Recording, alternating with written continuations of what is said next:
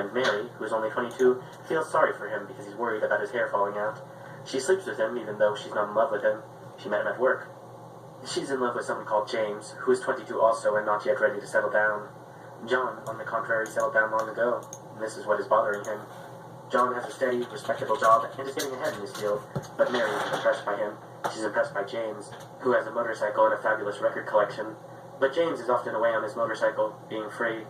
Freedom isn't the same for girls, so in the meantime Mary spends Thursday evenings with John. Thursdays are the only days John can get away. John is married to a woman called Madge, and they have 2 children, a charming house which they bought just before the real estate values went up, and hobbies which they find stimulating and challenging when they have the time. John tells Mary how important she is to him, but of course he can't leave his wife because a commitment is a commitment. He goes on about this more than is necessary, and Mary finds it boring. But older men can keep it up longer, so on the whole she has a fairly good time. One day, James breezes in on his motorcycle with some top-grade California hybrid, and James and Mary get higher than you'd possibly believe, and they climb into bed.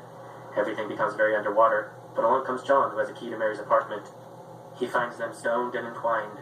He's hardly in any position to be jealous, considering Madge, but nevertheless he's overcome with despair. Finally, he's middle-aged. In 2 years he'll be as bald as an egg, and he can't stand it. He purchases a handgun, saying he needs it for target practice. This is the thin part of the plot, but it can be dealt with later, and shoots the 2 of them and himself. Madge, after a suitable period of mourning, marries an understanding man called Fred, and everything continues as an A, but under different names. D.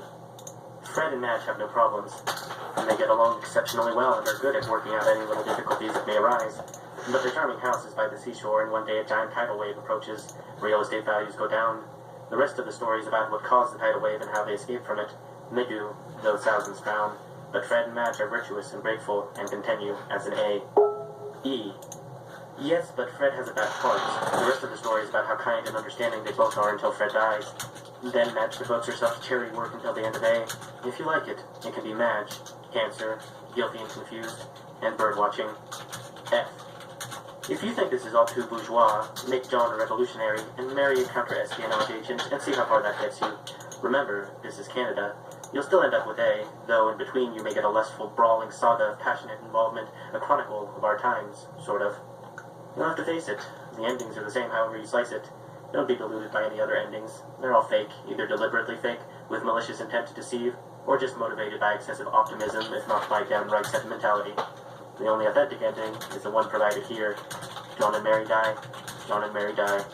John and Mary die. So much for endings. Beginnings are always more fun. True connoisseurs, however, are known to favor the stretch in between, since it's the hardest to do anything with. That's about all that can be said for plots, which anyway are just one thing after another, a what and a what and a what. Now try how and why.